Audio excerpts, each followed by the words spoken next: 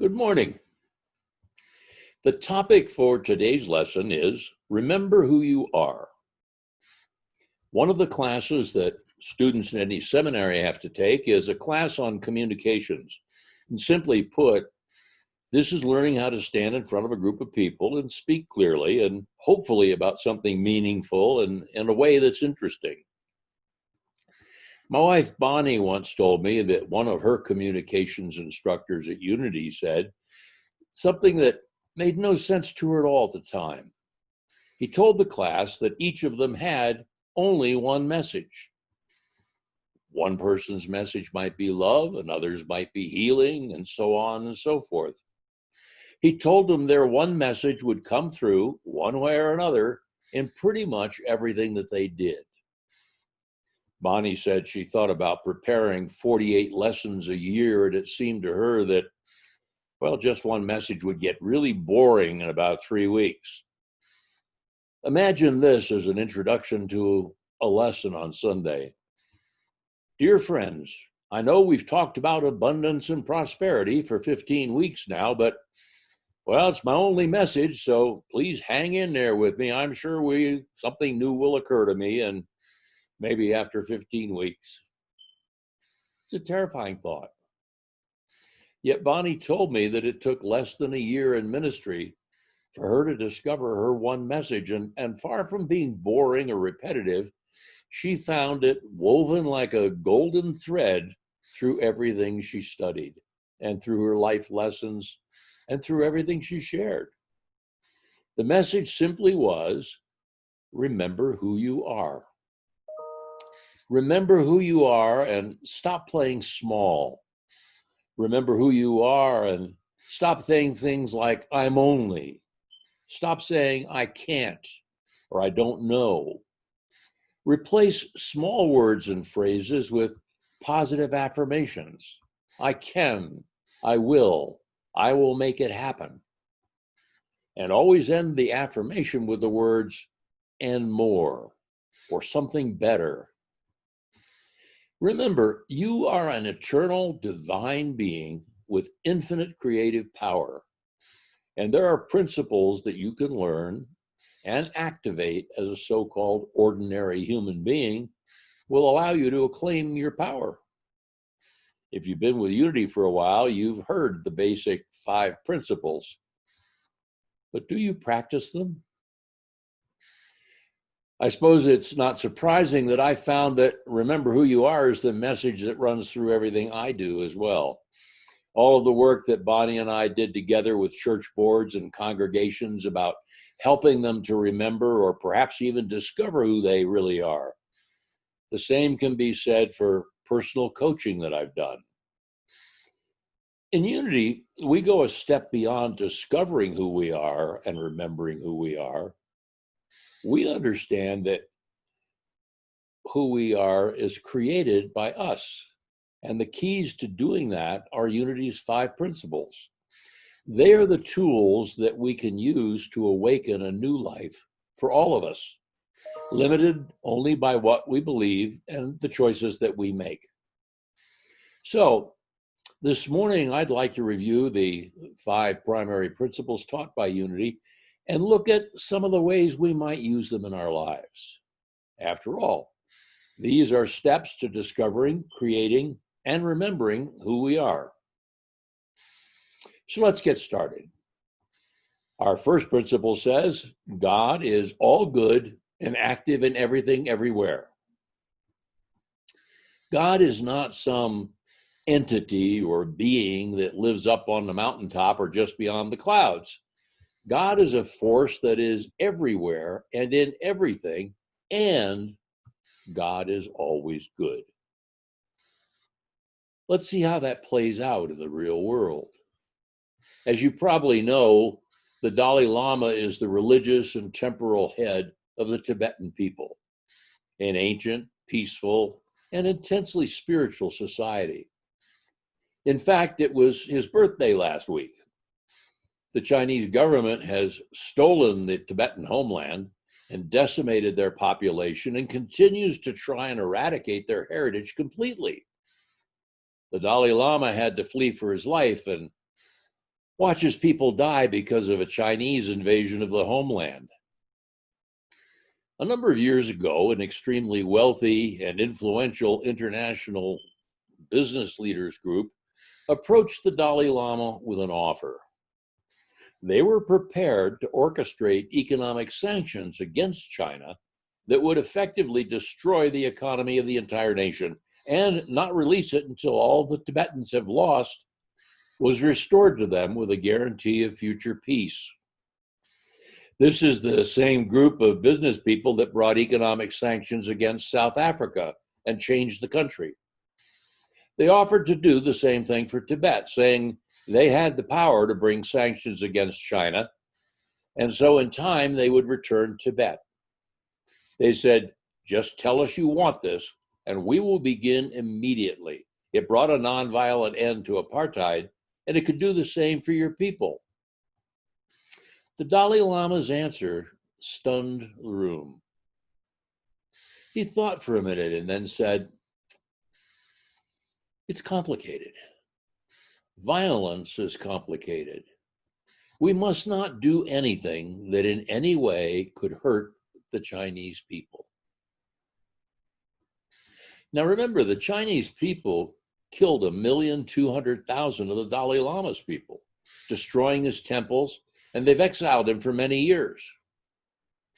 He continued, quote, we may get Tibet back for the moment, but that which caused Tibet to happen will still be happening. It's that we need to change, end quote. Rather than changing their outer circumstances, rather than trying to change the behavior of other people, he said, quote, all of us must go within and eradicate the violence in our own nature. There's no other permanent solution. Now, there's only one way the Dalai Lama could have come to that understanding. He knows in the deepest part of his being that there is only one presence and one power in the universe, and we are all a part of it. Rather than looking at others who have harmed you as your enemy, here is his advice. He says, quote, now there are many, many people in the world, but relatively few with whom we interact, and even fewer who cause us problems.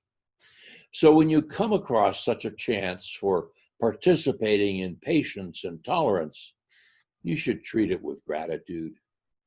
It is rare. Just as having unexpectedly found treasure in your own house, you should be happy and grateful to your enemy for providing that precious opportunity. End quote. That's what he said. Now, do you think there might be opportunities to put that concept into practice in your life? If God is truly with us, then who can be against us? Might it just be possible that there is no such thing as an enemy? Not only is it possible, it's the truth. One presence, one power, all good. That is unity's first principle. Now, our second principle says, I am naturally good because God's divinity is in me and in everyone. That can be so hard to believe, especially when we're in the middle of difficult challenges. Physical healing is probably one of our most powerful examples. You see me sitting here hooked up to a machine providing oxygen. Now, perhaps you feel sorry for me, but believe it or not, in many ways, I am stronger and healthier than I was 5 years ago, and I continue to get better with each passing day. 5 years ago, I was in a rehabilitation center on dialysis, recovering from kidney failure. I was a mess, and now I'm healing. Now, when I see my kidney doctor, he shakes his head in amazement. When he first saw me, he thought I was a goner. Now I'm totally free from dialysis, and up until I started self-quarantining from the coronavirus, I was traveling around the country by car, attending Unity conferences, serving on the board of Unity Worldwide Ministries, speaking at churches. I'm truly blessed, and the unity principles have played a really big part in that. The founders of Unity, Charles and Myrtle Fillmore, both faced serious health challenges, and they used Unity principles to heal themselves. Let me tell you about Charles Fillmore's healing in his own words. This is from his book, The Atom Smashing Power of Mind. Quote, at age 10, with tuberculosis lesions on my hip bones, I was in bed for over a year, and from that time, an invalid in constant pain for 25 years, or until I began the application of divine law. Now, the doctors said it would eventually spread and would take my life. But I managed to get about on crutches with a 4-inch cork and steel extension on the right leg. The hip bone was out of the socket and stiff. The leg shriveled and ceased to grow. The whole right side became involved. My right ear was deaf and my right eye was weak. From hip to knee, the flesh was a glassy adhesion with but little sensation. When I began applying the spiritual treatment, there was, for a long time, a slight response in the leg, but I felt better and I found that I could begin to hear with the right ear. Then gradually I noticed that I had more feeling in the leg. Then as years went by, the ossified joint began to get limber and the shrunken flesh filled out until the right leg was almost equal to the other. Then I discarded the cork and steel extension and just wore an ordinary shoe with a double heel, about 1 inch in height. Now the leg is almost as large as the other, and the muscles are fully restored. End of quote. Now, Charles didn't pray for a week or go to a healer or even have effective medical treatment. There wasn't any effective medical treatment in his time. He turned to that creative spark of divinity within, and he put it to work daily, creating the reality of a healed leg. How long should it take that creative power to work? Well, I suspect the answer is different for every person and different for every circumstance. Charles' wife Myrtle experienced similar healing for tuberculosis, which the doctors all told her would kill her while she was very young. Our intellect has the ability to make the choice to tap into the power of spirit within us, or to make the choice to continue to believe we are powerless. What I am certain of is that the more we exercise our spiritual power, the more quickly and effectively it works. When Jesus began his ministry, he healed by touching the person, a laying on of hands. At the end, he healed simply by speaking a word, often at a distance. His ability grew with practice. And ours will too. When Unity first began ordaining ministers, one of the requirements was that the applicant had to be able to demonstrate 3 proven healings. We no longer have that requirement, but it shows that Unity has a belief that God's divinity is in each of us and every one of us, and healing is at the core of Unity beliefs. Much of what Unity teaches is about healing ourselves and others. Unity's third principle is, I create my experiences by what I choose to think and what I feel and believe. Would you agree that a mind filled with anxiety and fear and resentment and shame and anger and judgment and on and on and on might have some blocks to touching the fullness of God? Choose what you hold in your mind. Fire it with your emotions. Do some deep inner work to purge what has been holding you back, and then replace it with creative, joyful thoughts. Once you discover you are a divine being with creative power, you have to activate it to make it work. The third principle is how you do it. This is a Unity principle. However, it's also a basic truth. Non-Unity people have been using it for years to train athletes and astronauts and ordinary folks to become the best that they can be. I have used it over and over again in my own life. I know it works. The only limitation to the full force of your soul reaching its potential in this world is the ingrained thought patterns, feelings, and beliefs held in your own consciousness. Here is a simple process that can eliminate negative feelings that you might be harboring. Identify a feeling you wish to release, a resentment, a fear, a sadness, whatever. You know what I regret in my life?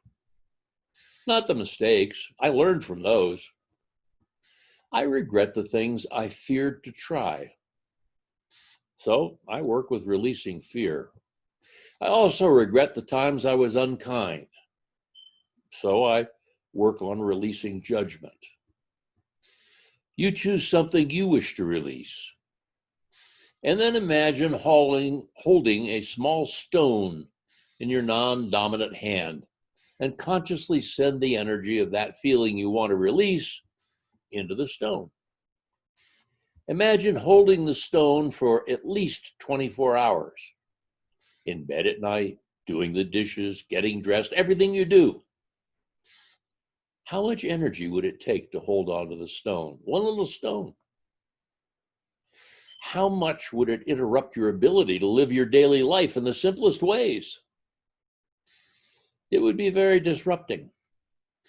Negative energy is very disrupting, and it holds you back from being all that you can be.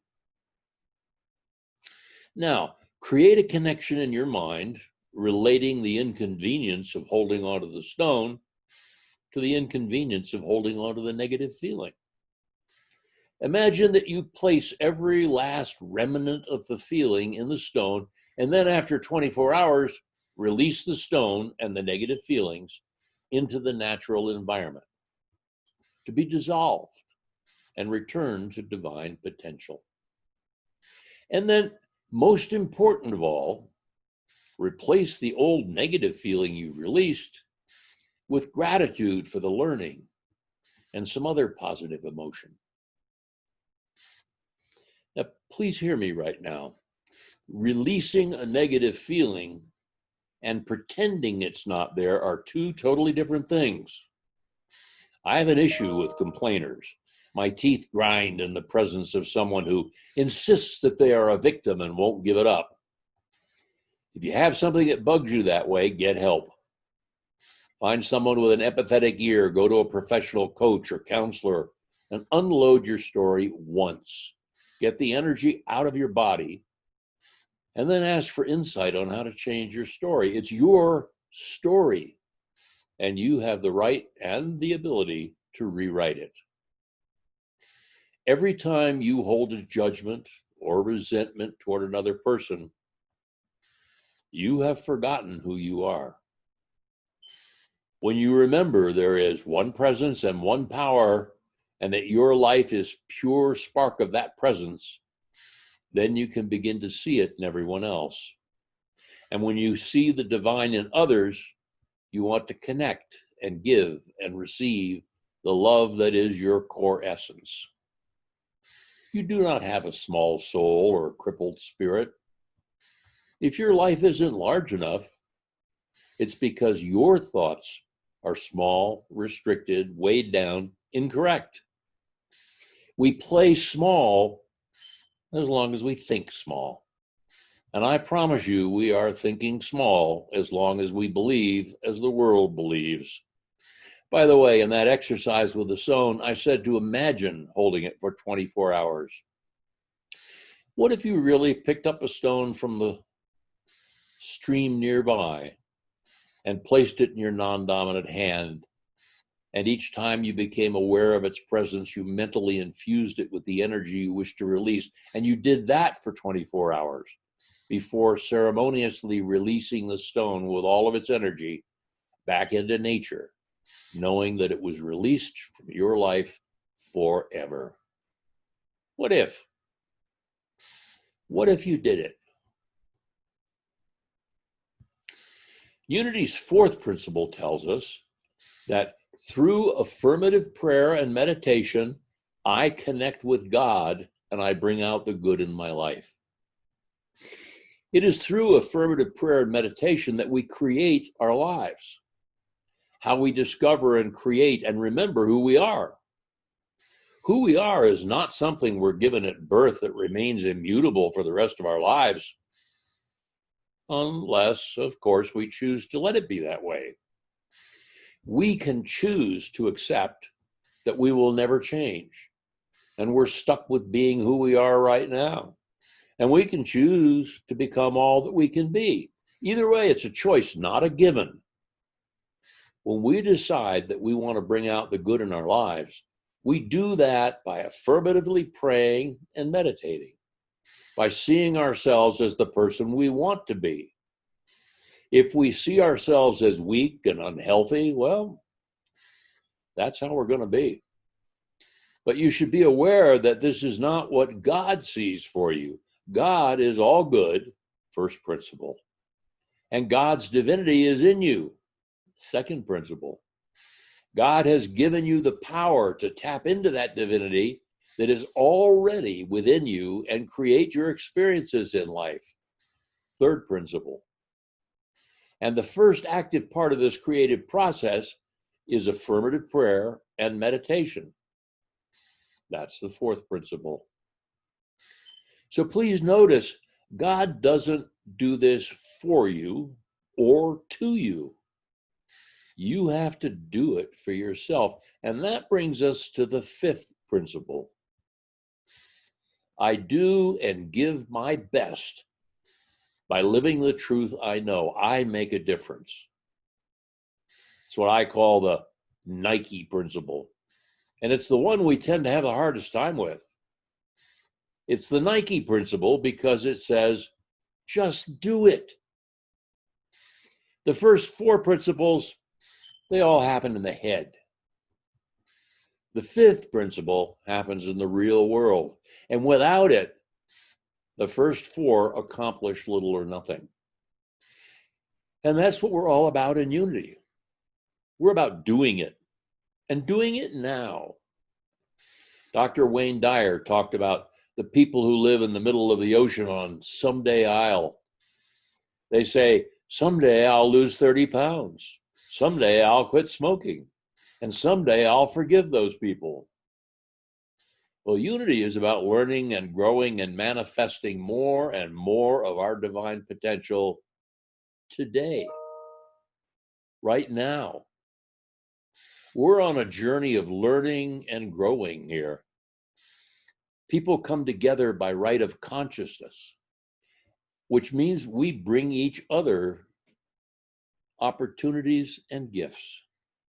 Unity has been called practical Christianity. Yes, Unity is a Christian religion. Unity sees Jesus as a great teacher, not God. In John 14:12, Jesus says, he that believeth on me, the works that I do, shall he do also.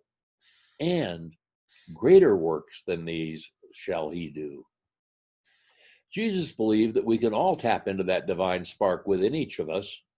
In fact, all of the five principles can be found in the teachings of Jesus.